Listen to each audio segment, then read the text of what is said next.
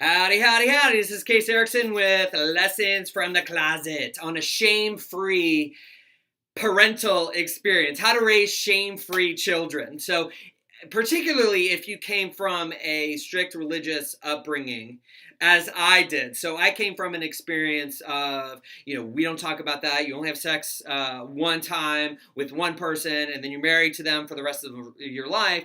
And, masturbation is a sin, and God's going to get you. And I got the story about, the priest who, grew hair on his palms by touching himself too much. And so all of this occurred in my space, and I'm carrying into my parental experience or my parenting experience. So my children are 11 and 7.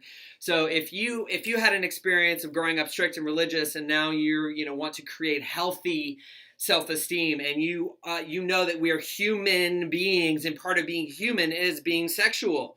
It's like breathing in air or needing air or water to survive. We have these urges and these drives. So as parents, how do we be with our own sexuality? And then in turn, how do we foster a healthy, shame-free sexuality in our children?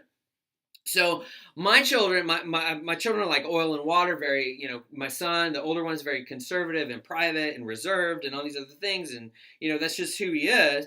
And my daughter is she's like me. She's like, woo, where are we going? When we get naked? Wah! And like shower time is like open, close. It's like she's got her own like built-in play toy with herself. And so...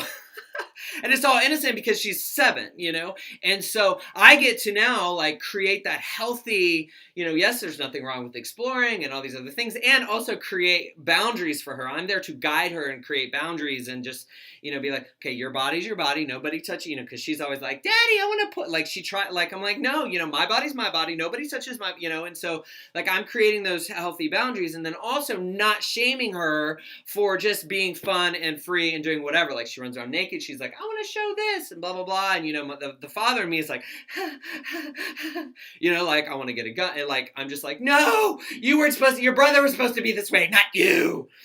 So that again is another societal, religious, like a program and indoctrination that I get to take in as like, women are not supposed to be this way. Girls are not supposed to be this way. It's men who are supposed to be the whores, and not even use the word whore, but you know what I mean? Like sexual, just comfortable in their sexuality and owning their sexuality and owning their sexual power and all these other things. Like girls aren't supposed to be that way. Girls are supposed to be demure and quiet and still and, take orders from the men or whatever the heck. So I get to bring in all that programming into who I am as a parent. So if you're doing that, if you grew up in that way and you have children now and you're committed to creating a shame-free experience, a closet-free experience for your children, whatever the closet is, whatever the fear, whatever the shame, whatever the inauthenticity is, that's what you get to be mindful of and not react from a space of like, ooh, you're wrong. You're telling your children they're wrong just for being innocent. Like be mindful and aware of the space and the energy from which they're coming. And if they're coming from an innocent, playful space, then the last thing you want to do is be like, don't do that. Don't, to shame them in any way. So I can talk all day long about this shame-free shit, y'all. Okay, so with that said, I don't know if that was helpful or not, but just that's what I felt like sharing today. So this is Case Erickson, Lessons from the Closet, reminding you that the only closet that exists is in your head. So bust out. All right, bye, friend.